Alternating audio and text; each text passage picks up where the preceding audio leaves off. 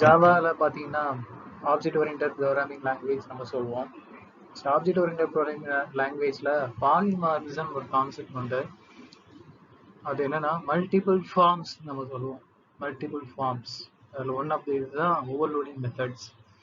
So ஒரே method வந்து multiple ஃபார்மில் இருக்கும். மல்டிபிள் ஃபார்ம் நம்ம சொல்லலாம், இல்லாட்டா மல்டிபிள் வெர்ஷன் நம்ம சொல்லலாம்.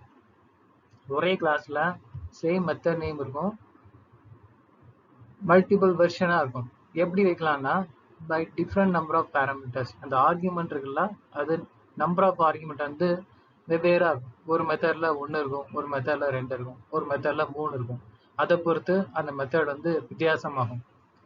இன்னொரு எந்த எந்த விதத்தில் நம்ம வந்து பிரிக்கலாம்னா டிஃப்ரெண்ட் டைப்ஸ் ஆஃப் ஆர்குமெண்ட்டாக பிரிக்கலாம்.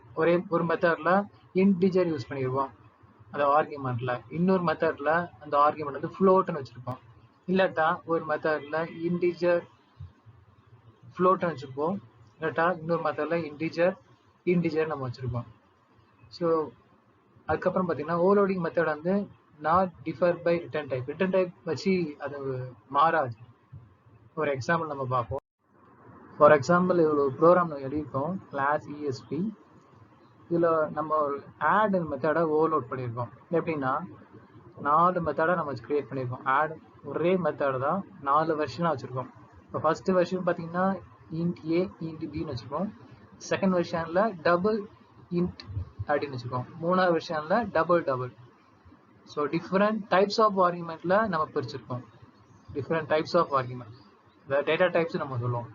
அதுக்கப்புறம் 4வது பார்த்தீங்கன்னா டிஃப்ரெண்ட் நம்பர் ஆஃப் ஆர்குமெண்ட், மூணு ஆர்குமெண்ட்டாக நம்ம வச்சுருக்கோம். ஓகேவா? இதை ஒரே மெத்தட் தான், ஆனால் செவரல் 4 வெர்ஷனாக நம்ம வச்சுருக்கோம், 4 டைப்பாக வச்சுருக்கோம்.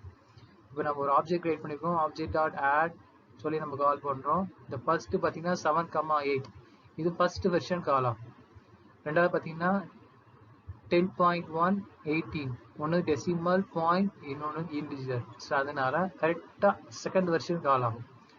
மூணாவது பார்த்தீங்கன்னா 5.5 4.5 ரெண்டுமே டெசிமல் பாயிண்ட், அதனால மூணாவது வெர்ஷன் கால் ஆகும். நாலாவது பார்த்தீங்கன்னா 3 ஆர்குமெண்ட் பாஸ் பண்ணுறோம். 4 23 7 3 ஆர்குமெண்ட் நம்ம பாஸ் பண்ணுறோம், அதனால இந்த 4th வெர்ஷன் கால் ஆகும். ஓகேவா? தேங்க்யூ.